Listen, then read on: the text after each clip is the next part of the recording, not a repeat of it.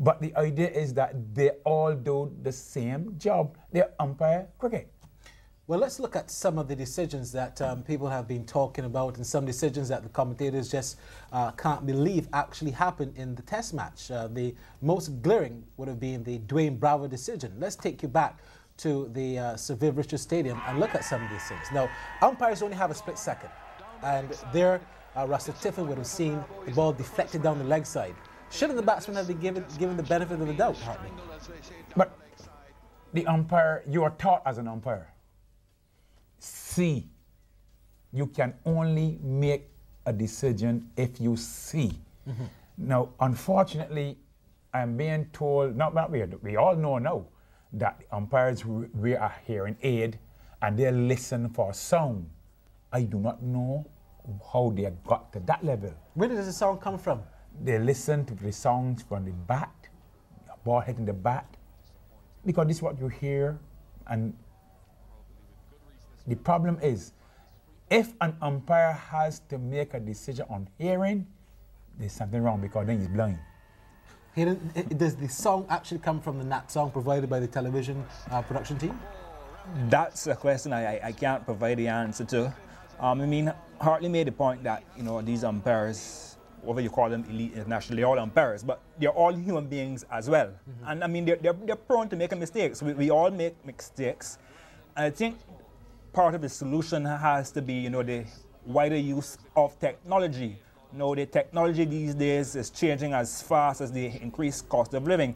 And the time has come for the conservative cricket administrators, I like to call them that. I think the time has come for them to embrace more of this technology. Mm-hmm. Now, we're being told by the ICC that for a series later in the year, we don't know which series as yet, teams will have the option of more or less challenging decisions.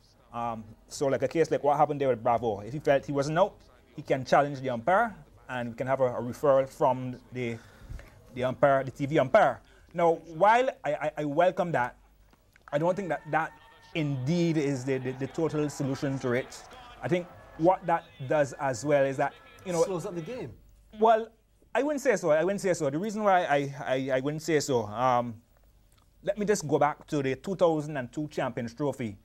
I don't know if Hartley might remember, in that series there was an experiment used where umpires could have consulted on any decision, right? And to my mind, it worked effectively, but the authorities didn't see it as effective. Now, I did some research. Now, the stats in that, when the umpires were allowed to consult on anything, in the 14 matches that were played, 57 decisions were consulted on. This is any decision that there's a doubt of. So that's an average of, you know, fewer than 4 decisions per match, which to my mind is not a lot, right? No. And in terms of the response, the average time for a decision was 58 seconds. You know, it varied. The shortest decision was 25 seconds. The longest was about 2 minutes. So to my mind, that didn't significantly hold up the game. So I think that is where, you know, we can go. I don't know how Hartley feels about it. Can we go with that, Hartley, even in Test cricket, or especially Test cricket? But I am a believer in technology. I must admit it straight off the bat. Any assistance that an umpire can get, give him. Because commentators and everybody say how difficult umpiring is. So if the spectators and everyone has agreed that it's difficult, but give him assistance. We love American sports and American football. You review. The same thing Heather just talked about. And if you challenge and you're right, you're not penalized. If you're wrong, you're penalized. That's right. So the same thing. But during a match, you do not get, and speaking on the top of my head, you do not get 10 instance of referral in an entire test match. Mm-hmm. So they're not that many.